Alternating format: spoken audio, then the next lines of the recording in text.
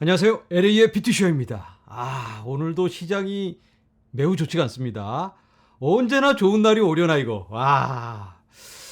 지금 소비자 물가 지수 발표를 이틀 남겨놓고 있습니다. 그래서 지금 시장이 매우 불안한데 시장 참여자들은 변수를 싫어합니다. 그래서 어떻게 될지 모를 때는 그냥 빼는 게 낫다 이렇게 생각하고 굉장히 방어적인 모습을 보이고 있는데 9월 달에 소비자 물가 지수 발표가 10월 13일 오전 8시 30분 동부 시간입니다. 한국 시간으로는 같은 날 밤 9시 반이 되겠습니다. 이날 어떻게 발표할지 예전 영상에서도 제가 한번 나눴죠. 예상 수치에 비슷하게 발표했다가는 그냥 0.75 그냥 될 것 같고 좀 세게 예상보다 더 심하게 낮게 나와야지만 뭔가 금리 이 방향에 좀 전환점이 생길 수가 있다. 이렇게 볼 수 있을 것 같습니다. 왜냐하면 고용지표가 너무나 좋게 나왔기 때문에 좀 정확하지 않은 엉터리 고용지표죠. 제가 예전 영상에 나눴는데 그거 한번 참고하시기 바랍니다. 안 보신 분들은.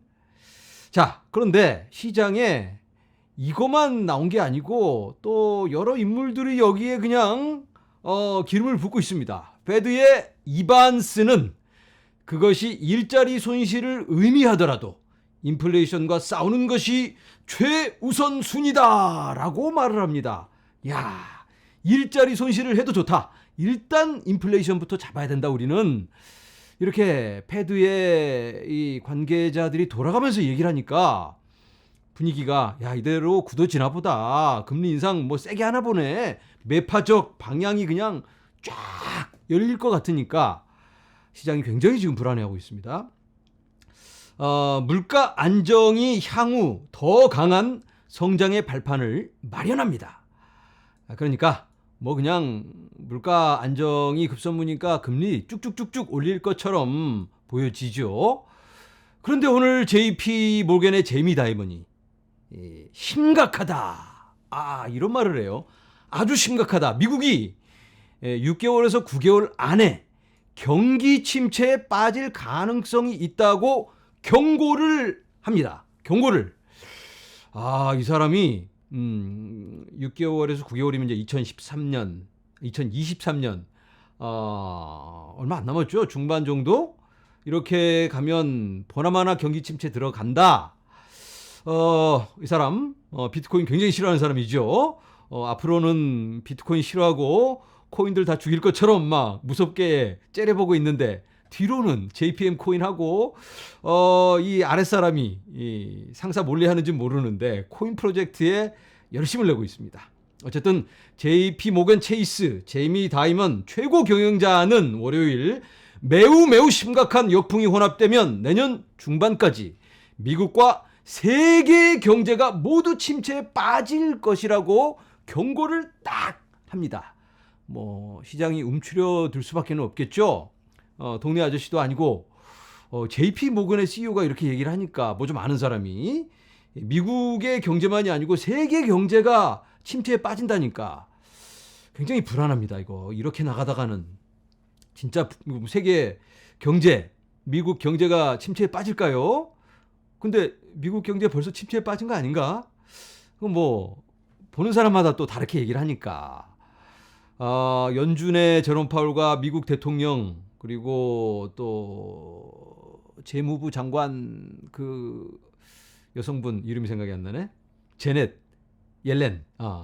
그 사람은 지금 경기 침체 아니다. 아니다. 지금 멀쩡하다. 고용시장이 이렇게나 좋은데. 그러니까 제이미 다이먼은 그래 아닌 거 맞는데 내년 중반쯤에는 이렇게 나가다가는 경기 침체 온다. 이렇게 이제 말을 하는 겁니다. 불안한 상황입니다 지금. 그런데 폴 튜터 존스라는 분이 있습니다. 이 사람은 이 투자계의 전설로 알려진 굉장히 유명한 사람인데 이 사람의 말은 우리가 경기 침체에 있거나 벌써 있거나 그 근처에 있다고 믿고 있으며 역사는 주식이 더 많이 떨어질 것임을 보여줍니다. 그러니까 이제 이 사람도 주식 좀 불안하다. 한참 떨어져야 될 것 같다라고 부정적인 견해를 밝힙니다. 존슨은 CNBC와 인터뷰에서 이 사람입니다. 리세션이 경기 침체가 지금 시작했는지 2달 전에 시작했는지는 모르겠다. 그렇지만 지금 분위기가 매우 좋지 않다. 이렇게 얘기를 하는 겁니다. 이 사람은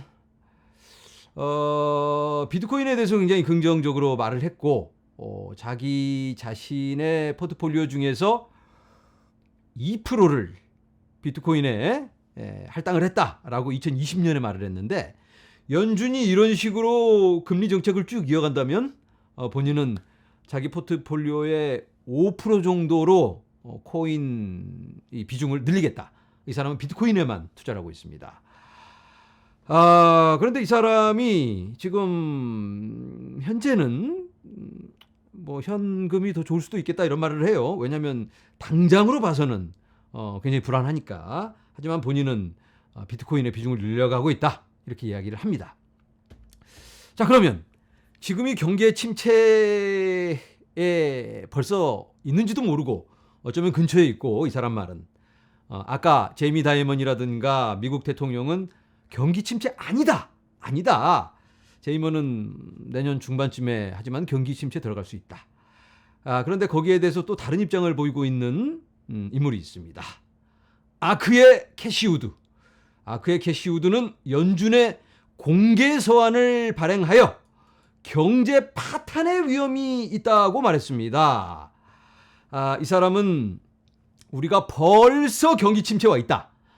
왜냐하면 아직까지 이 역사적으로 봤을 때 GDP가 마이너스 2번 연속 나면 경기 침체로 언제나 간주를 했고 여러 가지 지표들이 그걸 가리키고 있는데 어거지 주장 펼 필요 없다. 사실을 받아들이고 거기에 맞게 현명하게 대처를 해야 한다. 이걸 얘기하는 겁니다. 이 사람은. 이 사람이 근데 지금 우려하는 건 여기. 우드는 지난달의 고용과 물가지수를 보는 대신 연준이 앞으로 가장 큰 경제적 위험이 인플레이션이 아니라 디플레이션임을 나타내는 상품 가격에서 교훈을 얻어야 한다고 말했습니다. 번역이 약간 이상한데 이 사람 말은 연준이 지금 후행성 지표에 의존을 하고 있습니다. 지난달에 CPI가 이랬으니까 지난달에 고용지표가 이러이러했고 지지난달에 CPI가 이러니까 우리가 이렇게 좀 맞춰가야 한다. 연준 인사들이 막 다 CPI가 이렇게 높아? 아이고 인플레이션 잡아야 되겠네 이러면서 옛날 얘기하지 말고 이 캐시우드는 지금 당장 지금 현재 인플레이션 수치가 어떤지 다음 달에 어떻게 될 건지 그걸 미리 가늠해서 거기에 맞춰서 이 금리 정책을 펴나가는 게 바른 선택이 아니냐. 지금 이대로 가다가는 큰일 난다. 인플레이션 지금은 안 잡히지만 금리 예전에 제가 말씀드렸죠. 금리를 팍 올린다고 인플레이션이 내일 내려가는 건 아니에요. 그게 시장에 반영이 되려면 시간이 걸립니다. 그런데 캐시우드가 염려하는 건 인플레이션 이게 문제가 아니고 디플레이션이 오면 큰일 난다. 경제 파탄이 올 수 있다. 파탄. 일반적으로 경제자들이 인플레이션보다는 디플레이션이 더 심각하다고 말합니다. 디플레이션이란 게 뭐죠? 인플레이션은 가격이 계속 올라가는 거. 디플레이션은 가격이 막 내려가는 거. 그러면 가격이 내려가니까 이거 좋은 거 아닌가? 그런데 이 건강한 디플레이션이 있고 건강하지 못한 디플레이션이 있습니다. 캐시우드의 말을 빌어서 설명을 드립니다. 이렇게 사람들을 가난하게 만들어서 수요를 강제로 짓눌러서 만들어내는 디플레이션은 굉장히 위험하다. 사람들을 가난하게 만들기 때문에 이렇게 계속 금리를 올리면 자연스럽게 수요가 줄어들게 되겠죠. 왜냐하면 사람들이 주머니에 돈이 없으니까 소비를 할 수가 없습니다. 그래서 이제 소비가 줄어드니까 당연히 인플레이션이 내려가게 됩니다. 그런데 소비가 위축이 되면 어떻게 되죠? 기업들 다 망합니다. 장사가 안 되니까. 그러면 장사가 안 되니까 기업들 이제 직원들 다 잘라야 합니다. 그리고 힘드니까. 소비자들도 돈이 없으니까 사 먹지를 못해요. 그러니까 이제 경기가 위축이 되고 소비하는 사람은 아무도 없습니다. 그러면 시장의 규모가 자꾸 줄어들고 가게들은 문 닫기 시작하고 이러면 거기서 헤어날 수가 없다. 큰일 난다. 이 디플레이션은 공황을 말하는 겁니다. 디프레션을 의미하는 겁니다. 이건. 그런데 캐시우드가 말하는 건강한 디플레이션은 뭘까요? 이런 건강한 디플레이션을 우리가 추구를 해야 하는데, 건강한 디플레이션이란 혁신에 의해서 만들어지는 디플레이션. 그러니까 이 효율성이 생겨서 AI가 발달돼서 로봇가 막 만들어낸다든가 그러면은 생산 단가가 내려가겠죠. 그러면 가격에 반영이 됩니다. 또 중간 업자들을 제거한다면, 블록체인 같은 걸 사용해서 사람들이 막 누군가가 확인을 하고 결제를 하고 이런 중간 과정을 다 없애버리면, 저절로 자연스럽게 시스템적으로 돌아가게 만든다면 당연히 이 불필요한 이 코스트가 사라지게 되니까, 비용이 사라지게 되니까 가격이 내려가게 됩니다. 이러면은 당연히 그게 가격에 반영이 돼서 내려가니까 디플레이션이 생기는데, 이건 건강한 디플레이션이다. 그러면 일자리를 좀 뺏기는 사람들도 생길 수 있겠죠. 그분들은 이제 다른 일자리를 찾아 나서든지, 전반적인 사회에 경제에 기여하는 이런 예를 들어서 포장하는 일을 열심히 하는 사람들은 다른 기술을 배워서 다른 데에 이제 옮겨야 되는 거죠. 그건 충분히 로봇가 할 수 있는 거니까. 앞으로 시간의 문제이지, 이런 단순 노동, 아무 생각 없이 이렇게 싸기만 하는 이런 노동은 로봇에 의해서 교체가 될 수밖에 없습니다. 어쨌든 캐시우드가 말하는 게 이런 건강한 디플레이션을 우리가 유도를 하고 그쪽 방향으로 나아가야 되는데, 그리고 아까 더 중요한 거, 이런 후행 지표를 보지 마라.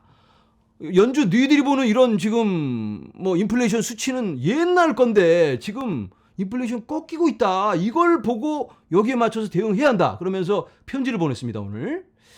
이게 바로 아크 웹사이트에 나오는 연준의 공개 서한 연장.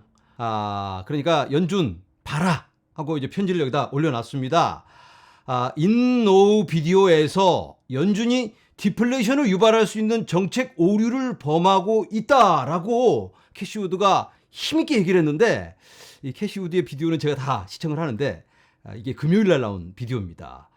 굉장히 이 팩트를 가지고 조목조목 연준이 잘못하고 있는 부분에 대해서 지적을 했는데, 이렇게 가다가는 이거 심각한 이 부정적인 안 좋은 디플레이션에 빠진다, 큰일 난다, 이대로 가다간 하고 이제 경고를 날립니다. 연준이 지금 참고하는 그런 자료들, 옛날 자료들, 2달, 3달, 지난달 이런 자료들 보지 말고 지금 자료 좀 봐라. 그리고 이게 지금 현재 자료, 이 금, 은, 제목, 철광석 이런 여러 가지, 옥수수까지 이런 것들에 대한 인플레이션 수치를 이제 보여주는데, 최고 종가 날짜가 금 같은 경우는 2020년 8월 6일이었습니다. 최고 종가 2064달러. 은은 8월 10일이었고 2020년에, 그리고 제목, 나무 이제 공사할 때 필요한, 굉장히 이게 올라갔었죠. 2021년 5월 7일에 최고점을 찍었습니다. 철광석 이런 것들도 2021년 구리 2022년 3월 달에 최고를 찍었고, 기름 이거 중요하죠. 기름은 2022년 3월 8일에 최고점을 찍었습니다. 최고 종가가 124달러. 지금 현재 최고 종가에서 지금 현재는 얼만큼 내려갔을까? 보시는 것처럼 다 마이너스 18%, 31%, 럼버, 이 나무 가격은 74%가 내려간 상태고, 대부분 다 쭉쭉쭉쭉 떨어졌습니다. 기름도 마이너스 25%가 지금 내려간 상태입니다. 그런데 지금 말고, 지금하고 비교하지 말고, 그럼 전년도랑은 이렇게, 전년도랑은 비교해도 지금 다 내려갔습니다. 마이너스 3%, 마이너스 12%, 마이너스 34%가 내려갔고, 제목은. 철광석은 좀 올라갔고, 마이너스 34. 기름 같은 경우가 마이너스 18%입니다. 내려왔습니다, 지금. 옥수수는 지금, 최고점에 비해서는 내려왔지만 전년 대비는 올라갔습니다. 28%가 상승인데, 이건, 우크라이나 전쟁 때문에, 우크라이나에서 재배를 많이 하죠. 그래서 이렇게 올라가 있긴 하지만, 전반적으로 봤을 때, 디플레이션이 보이지가 않느냐. 인플레이션이 꺾이고 있다. 그걸 지금 캐시우드가 지적을 하는데, 자, 그런데 캐시우드가 주장하는 이런 데이터가 신뢰할 만한 데이터일까요? 캐시우드가 그렇게 뭐 아무것도 아닌 사람이 아니에요. 저처럼 혼자 컴퓨터 앞에 앉아서 아이고 올라갔네 하고 그리고 웹사이트 몇 개 찾아보고 이렇게 자기가 짜집기해서 내놓는 이런 자료가 아닙니다. 이게 팀이 어마어마해요. 아크인베스트, 이 동네 구멍가게가 아닙니다. 자, 그런데 좀 다른 크로스 체킹을 해봐야 되겠죠. 우리가 자주 즐겨보는 트루플레이션, 이 데이터도 한번 보도록 하겠습니다. 트루플레이션을 봐도 인플레이션이 쭉 이렇게 꺾이고 있습니다. 연준에서 재고 있는 CPI는 좀 다른 수치를 보여주지만 생활 속의 인플레이션은 이렇게나 꺾이고 있다. 8월 달이 여기 요 정도였고 9월은 여기서부터 9월이 여기 9월 1일 여기서부터 요 정도까지가 9월입니다. 8월에 비해서 좀 꺾였죠 더. 그러니까 9월 달은 좀 꺾여서 나올 걸로 예상은 되는데 어느 정도 꺾일지는 모릅니다. 자, 아무튼 이 캐시 우드 굉장히 예리한 지적을 하고 있는데 이분이 여러 가지 해안이 있는 사람이에요. 이 사람은 혁신주에만 투자를 합니다. 다른 사람들이 좀 분산 투자를 하지 그래. 아크 인베스트 너무 위험한 거 아닌가? 저도 ARKK에 투자를 하고 있는데 올해만 한 66%가 빠졌는데 와. 아크 인베스트 요즘 말이 아니죠. 캐시우드가 지금 체면이 완전히 구겨지고 있는데 그런데 이제 캐시우드는 자기는 5년 이상 보고 투자를 한다 이렇게 얘기를 해요. 캐시우드 올해 실적만 보면 작년 실적이랑 뭐 좀 욕을 먹을 만도 한데 그런데 캐시우드 지난 5년 기록을 쫙 아직까지 보면 엄청난 기록을 가지고 있습니다. 테슬라가 뭐 몇십 달러일 때 몇천 달러 간다 하고 CNBC에 나와서 이분이 얘기를 했어요. 그런데 테슬라가 진짜로 그만큼 갔습니다. 액면분할을 하고 나서 지금 이 가격이니까 캐시우드 말보다 지금 더 올라간 상태입니다. 테슬라는. 캐시우드가 가장 무게 있게 투자하는 분야가 전기자동차 그리고 AI, DNA 관련 이런 미래공학 그리고 블록체인 비트코인에도 아크인베스트가 초기에 투자를 했습니다. 2015년에 투자를 한 걸로 아는데요. 비트코인을 직접 매수를 해서 투자를 하다가 기관들은 이런 보고해야 되는 조건이 좀 까다롭기 때문에 GBTC로 옮겼습니다. 그래서 GBTC에 굉장히 무게 있게 투자를 하는데 캐시우드는 이더리움도 굉장히 긍정적으로 바라보고 있습니다. 2030년까지 이더리움 4000% 상승! 조금 너무 과한 느낌도 드는데 어쨌든 이 캐시우드 한번 참고할 만한 그런 인물인 것 같습니다. 자, 이제는 슈아플 공지사항입니다. 자, 화면에 이 초록 색깔 막대기가 보이시나요? 슈아플에 그동안 문제가 있어서 블록이 안 만들어져서 제게 위임하시는 분들께 보상을 전해드리지를 못했는데 드디어 이 문제가 해결돼서 블록이 만들어지기 시작했습니다. 그동안 심려를 끼쳐서 대단히 죄송하고요. 저에게 위임하시는 분들께 제가 지난 영상에서 말씀드린 것처럼 위임하신 양의 0.5%를 오늘 보내드렸습니다. 제가 이렇게 보내드렸는데요. 대략 10,000개 정도 위임하셨으면 50개 받으셨을 거고요. 이렇게 12만 개로 위임하신 분도 계십니다. 이분은 600개 정도 받으셨습니다. 그리고 빵개도 있는데 제가 반올림을 했기 때문에 0.5개가 안 되는 분들은 죄송하지만 보내드리지를 못했습니다. 이해 바랍니다. 그래서 오늘 이렇게 쭉 보내서 오늘만 6,732개의 에이다를 보내드렸습니다. 혹시 저에게 위임하셨는데 못 받으신 분들 이메일로 연락 주시기 바랍니다. 그리고 며칠 전에 위임하신 분들께도 보내드렸습니다. 여기 위에 계신 분들. 제가 그동안 밤잠을 못 잤어요. 저를 믿고 딱 그 소중한 에이다를 맡겨주셨는데 보상이 안 나가니까 신뢰의 문제잖아요, 이건. 그래서 고민을 많이 했는데 얼마나 다행인지. 어쨌든 여러분들을 위해 최선을 다하는 슈아플이 되도록 노력하겠습니다. 감사합니다. 네, 영상을 마무리합니다. 지금 시장이 매우 불안하고 CPI 발표할 때까지는 계속 이런 불안한 상황이 이어질 것 같습니다.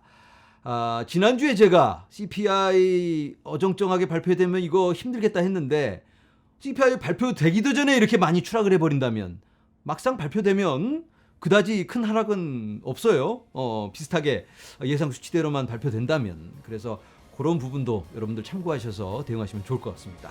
여러분들 모두 힘내시고 저는 다음 영상에서 찾아뵙도록 하겠습니다. 여러분 감사합니다.